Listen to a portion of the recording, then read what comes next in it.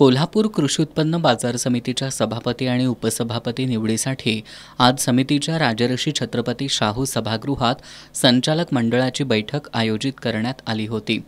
नेते मंडळींच्या बैठकीत ठरल्यानुसार सभापती आणि उपसभापती पदाची नावं गोकुळचे संचालक युवराज पाटील यांनी लिफाफ्यातून आणली होती।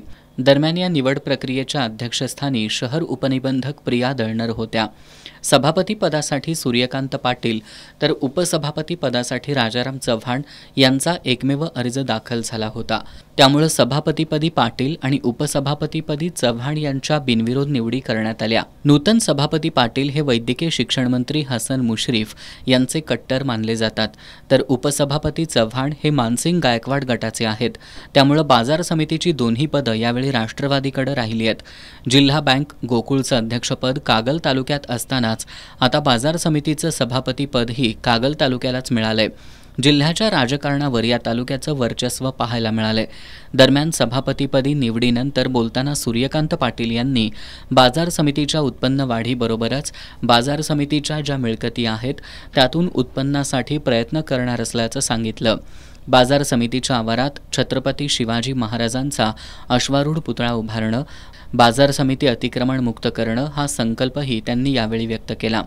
कोल्हापूर कृषी उत्पन्न बाजार समितीचे उत्पन्न 25 कोटींवर नेऊन 5 स्टार मानांकनमध्ये कोल्हापूर बाजार समितीचा समावेश व्हावा यासाठीही येणाऱ्या काळात आपण प्रयत्नशील राहणार असल्याचं नूतन सभापती सूर्यकांत पाटील यांनी सांगितलं। 25 कोटीच्या दरम्यान न्यायचं आहे आणि महाराष्ट्रातल्या 25 कोटी उत्पन्नाच्या ज्या मार्केट कमिटी आहेत त्याच्यामध्ये आपल्या मार्केट कमिटीचं पदार्पण व्हावं अशा पद्धतीचा संकल्प आजच्या या निमित्तानं मी या ठिकाणी केलेला आहे। दुसरी महत्त्वाची गोष्ट म्हणजे या ठिकाणी बऱ्याच गोष्टीची सुविधा उपलब्ध करून द्यायला लागणार आहे। त्याच्यातला महत्त्वाचा मुद्दा म्हणजे पहिले रस्त्याचं काम हे निश्चितपणानं लवकरात लवकर पूर्ण होईल आणि कृषी उत्पन्न बाजार समितीतले सगळे रोड चांगल्याच दर्जाचे सुस्थितीत होतील असं मी या ठिकाणी आज मी 1 वर्षभराच्या काळामध्ये सगळी कामं ती रस्त्याची पूर्ण होऊन जातील।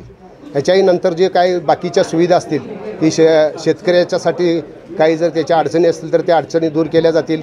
शेतकरी हा आपल्या कृषी उत्पन्न बाजार समितीचा खरा मुख्य घटक आहे।